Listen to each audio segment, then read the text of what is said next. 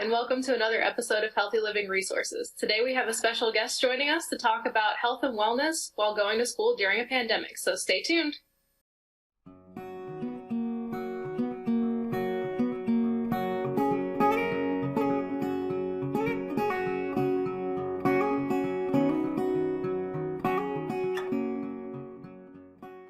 Welcome to another episode of Healthy Living Resources with Amy Meehan. Amy Meehan is a Healthy People Program Specialist with the Family and Consumer Sciences Extension Program with The Ohio State University. Amy, it's always a pleasure talking with you. Thanks so much, Patrick. Yeah, happy to be here. Like you said, I'm the Healthy People Program Specialist for OSU Extension Family and Consumer Sciences.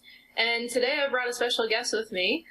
He is a grad student in the College of Public Health at OSU, and he's been working with me all summer, and he's been wonderful. So I will turn it over to Eli to let him introduce himself. Thanks for being here, Eli. Yeah, thank you for having me. I really appreciate it. It's been a great summer working with you, Amy, on this project. Just to tell you a little bit about myself, as Amy said, I am a public health student getting my master's at The Ohio State University right now. And I've just been working with Amy this summer on a vaccine hesitancy project and down here in Pike County today to talk with folks on the ground. Awesome. Thank you so much. Could you also tell us a little bit about your background, why you got interested in public health, and then we'll kind of get into your experience going to school so far? Yeah, so I have my BS in political science and my BA in communication studies, and I worked a lot in public health advocacy growing up, so it's just been natural for me to fall into the public health field now, which has just taken me all the way from Missouri to Ohio. So it's been a blast so far. Been learning a lot of new things and meeting people doing a lot of important work in the public health community. Awesome. Yeah, I remember when you and I first met, Eli, last summer. We were at the height of the pandemic, if everybody remembers, and when we were talking, you were still in Missouri. You hadn't even moved yet. And so we both wound up moving during the pandemic, which I think is a feat in and of itself. So if you want to share a little bit about your move over here and kind of just your general experience getting started in school, especially when you weren't able to actually go to campus. Is that right? We were still remote at that time, I believe. Yeah, so I moved to Ohio in August, and at that point, I was not able to go on campus. I actually didn't visit campus until probably 2021. So it was quite interesting to start a new school I'd never been to before, a new program that I didn't really understand a lot about during the pandemic. It's quite difficult to meet people that way, to build the same connections you would otherwise in person, but I think it was also an opportunity to work harder to purposely engage with people. You know, you had to reach out online to people to chat with them and find alternative methods like video calling, Zoom, or just meeting in person but socially distanced. So I think it posed a major challenge, but I think many of us, as you and I have discussed before, have found good in what was quite a bad time. But I think overall it's been an interesting journey to take, and I think it's interesting to see how this coming year is going to look as well. Yeah, absolutely. I mean, I remember being a grad student in the exact same program as you just several years before, and it was so important, at least to me it felt at the time, especially with a smaller cohort, as you have in grad school, and working with your advisor so closely, so being able to just go to their office and knock on the door, totally different game than being online, I would imagine. Now that said, like you were saying, you know, there are some positives to pull out of this as well, and that's a silver lining I've seen just in work as well, which I thought would be difficult in the public health field specifically, when you focus so much of your time interacting with community members directly. And so how do you do that online and still kind of keep a personal touch to it? But in fact, because we're such a big statewide organization, it was almost easier to connect virtually. You didn't have to set the time aside to drive somewhere every time you wanted to talk to somebody or meet with somebody. You were able to meet people in their living rooms, which was just actually kind of seeing where they were at and in their comfortable space and being able to have conversations that way. So there were just a lot of different aspects of this. And I know they were just starting, when I was in grad school, doing a little more programming online, because a lot of students do work who are in grad school as well. So having to balance kind of class and work and home life. Did you find that that was maybe easier or harder being more remote and having those options, or would you have preferred to be in person, do you think? Well, as you mentioned, I think it did bring a lot of opportunities to attend events you might have not been able to attend otherwise, because just thinking back now, there's a lot of different seminars or webinars that I was able to attend that in person would not have been possible because either physical distance to travel to the place or the cost of it. But I think it's provided an opportunity to attend a lot of different events and learn from people that you might have not otherwise. But I think that is, like you said, the silver lining of it, but missing the in-person interaction with people that you get in the classroom, because public health is a very collaborative field. So a lot of the work we do is out in the community. It's out with other public health professionals. And we didn't get that opportunity over the past year. So I think that has been hard for a lot of people because, you know, in my work, we would traditionally go out to the field and talk with folks and work with folks. And I know my professors were talking about how their research has greatly changed over the last year because they went from being able to go directly interacting with community members to suddenly having very limited ways to reach them, especially if you're working with a vulnerable population that has limited access to the internet. Absolutely. That's a great point. And definitely, like we said, you know, there's some challenges, some benefits, you know, all going into this. But also, I think everybody's noticed, whether you're a student or you're an employee, having kind of a balance, you know, between work or school and home life, and how do you create boundaries for your schoolwork, or just work in general. And Patrick, please feel free to chime in too. I'm sure we've all kind of experienced this from home. How do you create those boundaries for yourself in a way that still maintains your health and wellness while working from home? Because I know for me, like, it's been great being flexible, but at the same time, it's hard to shut it off, right? Because your computer is always right there. Your workspace is part of your house now. So I think it's kind of an interesting dynamic, and I'm curious to hear, you know, Patrick's experience as well as your experience with schoolwork, Eli. Yeah, so I can say for myself, one thing that I did was I set a rule that I would never take my computer into my bedroom during the day. I just wanted to create that physical barrier between school and my personal life, because otherwise it becomes so easy to say, oh, well, you know, I can just sit in bed and work on this a little bit tonight. But if you set that barrier boundary early on, it's a lot easier to say, okay, so when I'm out sitting in the living room at my desk, that's when schoolwork happens. But when I'm in my room, that's a chance to relax and disconnect from all that, because it was so easy otherwise to let everything blend together, unfortunately. And I think a lot of people have struggled with that because you're just in constant contact with the outside world, whereas before, if you worked in person or went to class in person, it was, once you left the office, it was a physical boundary that allowed you to disconnect. But now it's in our pockets, it's on our computer where they can video chat you, everybody can reach out to you at any given moment. So it's important to set boundaries and let other people know what those boundaries are so they can respect them and give you the space you need. When it comes to working at home, you are more in charge of your time, your resources, the way you set up your schedule. Now, I come from a background where, you know, basically you plan your week in advance, or, you know, Sunday night. And so I have a general idea what I'm going to be doing each of those particular days. And I found that working at home increased my productivity, if you want to call it that, because I was not distracted by different things that ate up a lot of your time. So for myself, it worked and has worked very well. Agreed. I think a lot of people have found that, to be perfectly honest. I know I have for myself as well. My husband actually just started a new job remote the whole time. You know, it was the middle of the pandemic. There was no going into the office. So he experienced a lot of the same challenges as you, Eli, and meeting other people and being able to have that connection, which certainly makes things different. But I think especially if you started in person and then moved home, you got to see kind of both sides of it, like Patrick was saying. And so there was ways in which you could manage your time better, and also just resources around the house too, right? Like being able to get a load of laundry done while you're in the middle of a phone call or something was super convenient then. You reclaimed a lot of time. You didn't have that commute time.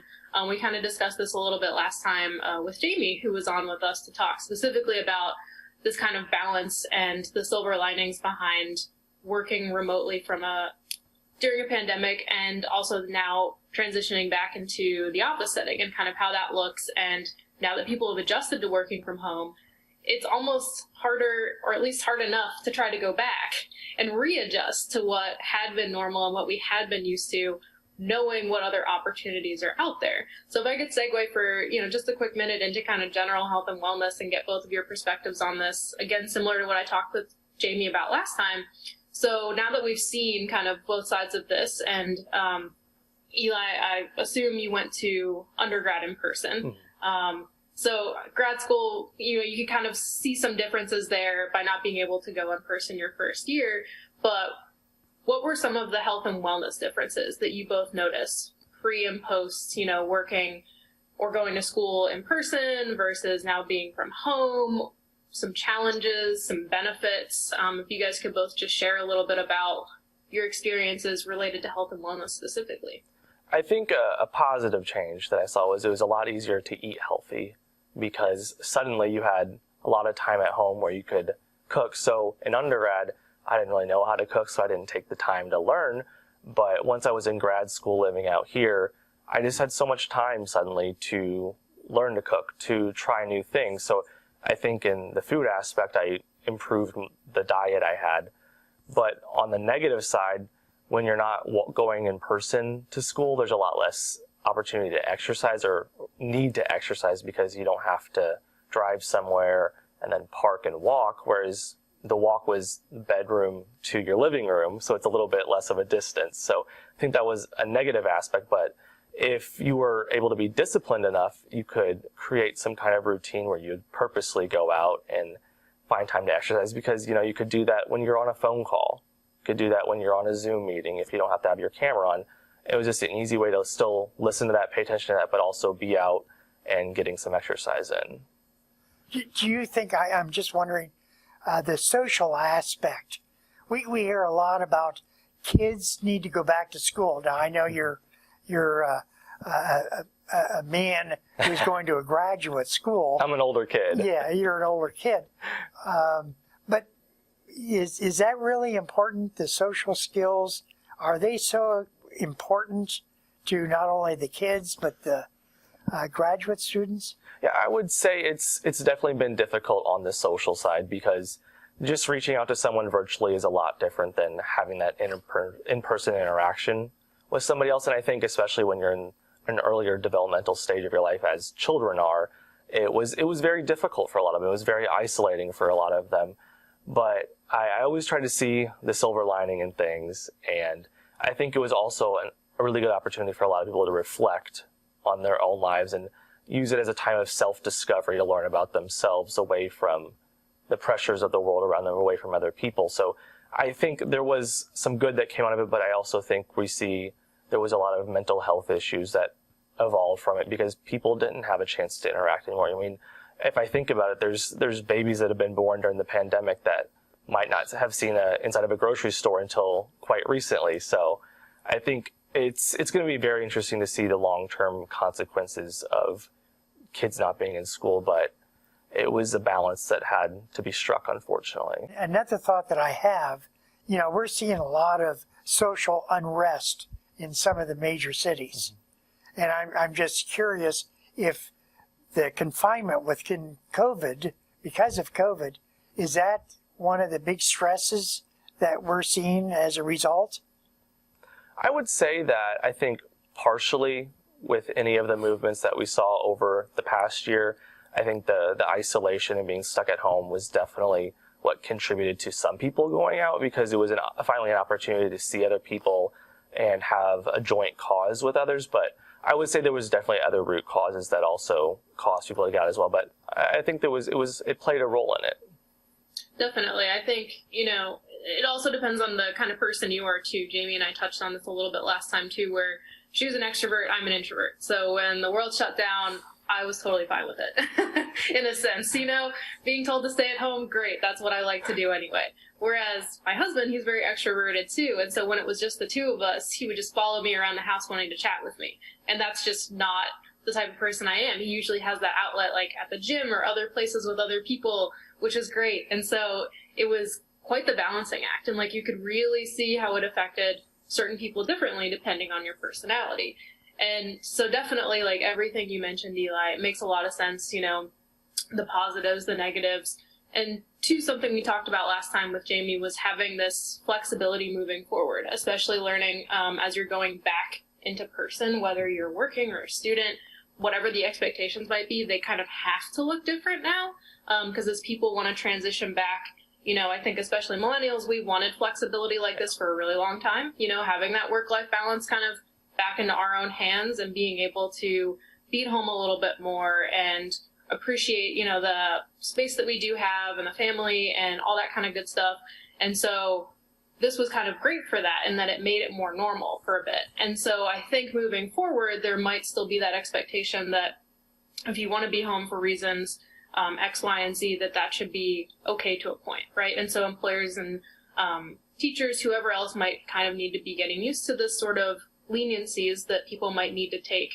And so I wonder then, like you had mentioned, you know, with remote class and stuff and finding that balance, how did you manage to deal with remote class, and how do you think going back is going to be different? Do you think it's going to be stressful or difficult to readjust? Like, do you like having some options at home? Were you able to hack some of your remote classes and like how you manage them? You know, just kind of talking into that a little bit and thinking towards your transition back to campus, if and when that's able to happen. Yeah, I think it definitely offers an insane amount of flexibility with when you're going to work on your class, and depending on if it's a synchronous class, so there's dedicated sessions that you had to attend at a certain time, that obviously provided a little bit of structure to it. But if it's an asynchronous course where you can work on the classwork whenever, I think you have to build in some time in your life where you promise yourself you're going to work on it, because otherwise it's easy to let those deadlines slip away a bit.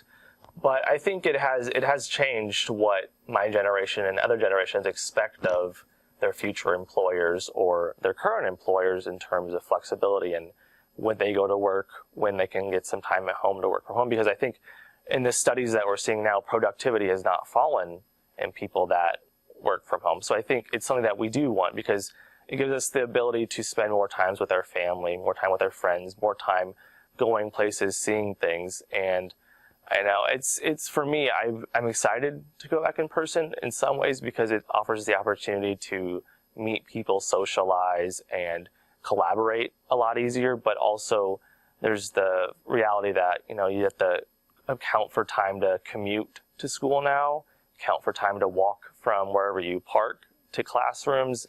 So that, you know, that takes away a lot of valuable time that you had otherwise. But I think it's going to be interesting in the coming years to see how employers respond to this, because I think I would have an expectation now that my employer would allow me to be remote at least a few days a week so that I could be at home working instead of in the office unless it was absolutely necessary to. You know, one of the things that I find interesting, because of our technology, because of the internet, because of Zoom, because of the way it's so easy to communicate, can you imagine if we had this pandemic 15 years ago? Would we have been able to survive, if you want to call it that, like we have currently? That's a really great question, and something I've actually kind of thought about a lot when you think about any other type of global pandemics like this.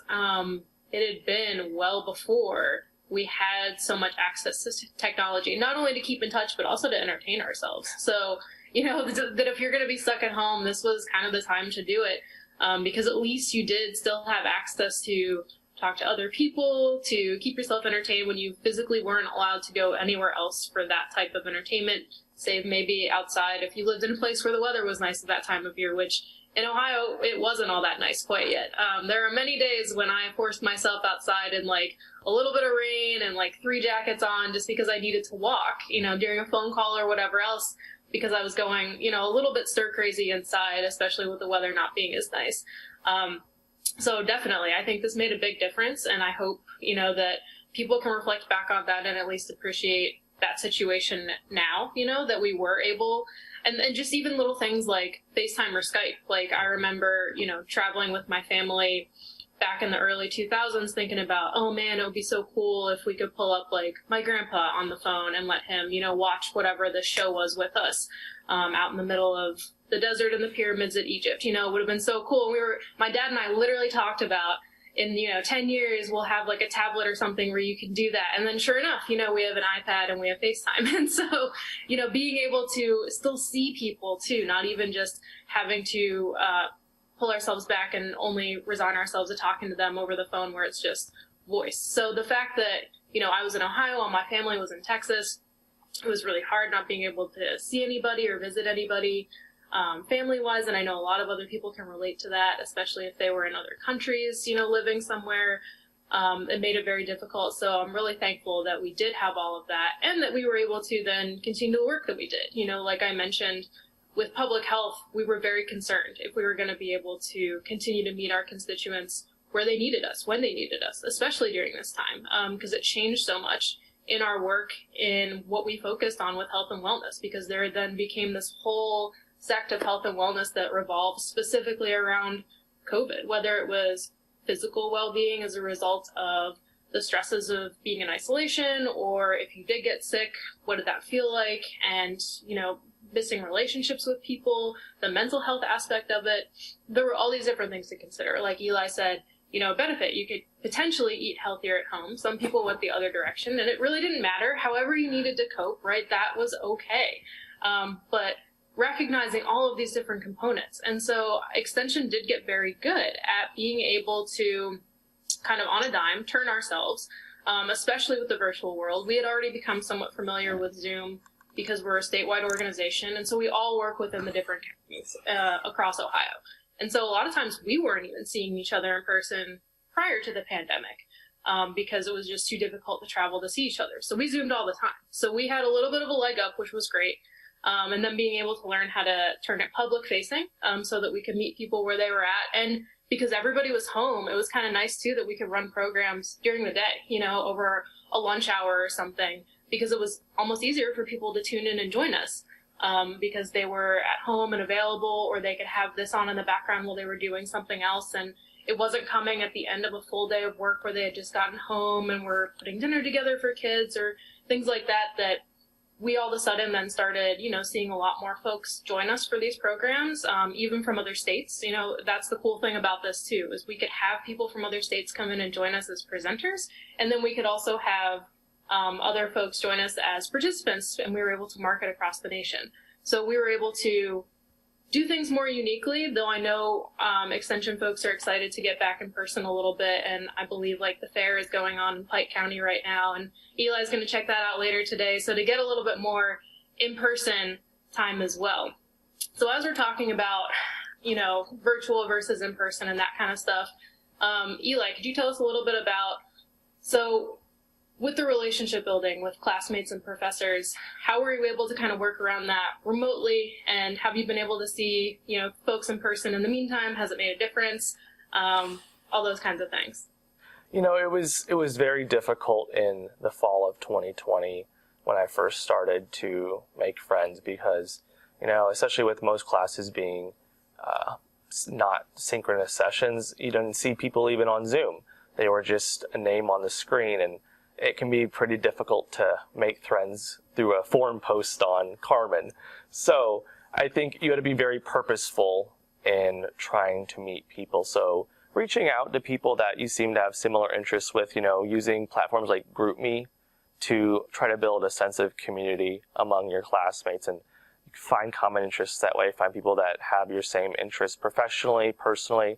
And from there, I was able to branch out and make some friends. And then definitely in 2021, it's become a lot easier because, with the world beginning to open up now, you can go out and start to see people in person again and do things together, go to the park together if you want to be really cautious with COVID like I was earlier in the year.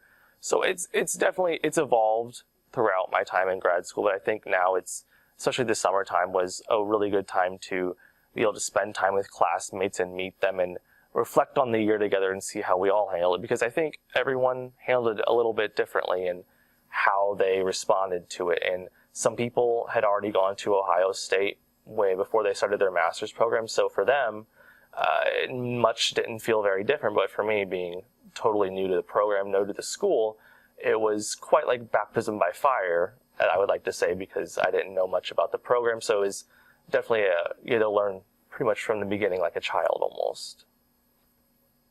Yeah, absolutely. I think that's really important to consider, especially coming from a place where you hadn't experienced Ohio State. I mean, I remember my first time there, coming from a smaller university for undergrad. It's a totally different beast. You know, Ohio State's massive, and there's a lot going on, which is awesome. And, like, I loved my grad program there, same as you. You know, they made it feel small and like a family, which they did such a great job with. So I think, yeah, like you said, it would be really difficult, especially if you were not required to be on Zoom with a whole lot of people at the same time, you know, getting to meet people and know who they are. So, you know, if you get to go back this fall, how are you preparing for your return to campus? You know, I'm definitely working right now to make sure I carve out time in my day to commute to school. So that's really a big portion of it, as well as just looking at work schedule with my job, just to make sure that I'm going to have enough time between different places. It's because right now it was easy just to turn off Zoom and work on something, but planning the time to go in person to commute it's very different, as well as just thinking about how much time of the day I'm not going to be at home anymore. You know, planning different food options, planning when I'm going to get home at night to work on homework. So I think it's going to be a big shift, because I don't think we're going to go back to how we were before the pandemic. I think we've learned a lot about what can be done to save time in our life. So I think it's just going to be interesting to see how it all comes together this fall. Absolutely. Yeah, I think that definitely is a great point to bring up, that now that we're so used to doing things a certain way and being more efficient in a sense by not having to waste time to drive to school, walk to class, what have you, or I can only imagine, you know, having gotten off of Zoom and feeling really motivated about whatever you were just talking about, and then being able to immediately sit down and start working instead of, you know, you're packing up your backpack, you're walking back to your car, you're driving home, and then you've kind of lost that zeal for a minute. And so you have to bring yourself back to it later. So all these little factors that, you know, could go into this, definitely. And Patrick, have you found, you know, coming back into being more in person, have you lost any of your productivity, or do you think you've struck a nice balance between being able to still work from home a little bit? To answer your question, I found the balance between home and work. I do my very, very best to attend meetings that are very, very important, because I think sometimes meetings do create problems if they're too long. And so one of the things that I'm very conscious of is how I'm going to regulate my work, both at the office and at home. Definitely. I think that's a great way to look at it, you know, finding and prioritizing what's most important. I think a lot of people have learned that, you know, people say it all the time, you know, this meeting could have been an email or something like that. So I think being able to prioritize what's important, not just to you, but to the group as a whole, and so that everybody can continue to be productive about that. And so just as we're getting close to wrap up here, I just wanted to give Eli a minute to talk about, from a public health perspective, and going to school during a pandemic. As a public health student, this probably highlighted quite a bit of public health to you, and how things might be important or different, how the world sees public health. And so you had some experience this summer working on your practicum, which, for those who don't know, that's important contact hours with a community organization to get that real world experience and kind of see what's going on in the world of public health. So if you wouldn't mind just sharing for a minute kind of some highlights of your summer hours so far, and how you see public health playing into all of this, and if its importance or impact has changed to you at all as a result of going to school during this time and learning more about it. You know, I always joke now that ever since the pandemic, no one asks you what your public health degree does anymore. I think before the pandemic, most people would have looked at you and asked, well, what does that degree do? But I think people have a much deeper appreciation now for public health and the work we do. And I think it's definitely shifted within the field how we see ourselves in our role in the community. Awesome. Yeah, absolutely. And so I want to thank you again, Eli, for being here today. I think this is a really important perspective and not one we usually get as part of this show. So I just want you to know how much we appreciate that. And I know our listeners definitely love to hear about going back to school too, I'm sure, as they're getting their kids ready to go back to school. So I really hope this was a timely topic for everybody. So thank you all so much for joining us. And as always, remember to reach out to your local extension office for any more health and wellness resources that we can offer you. And we'll see you next time.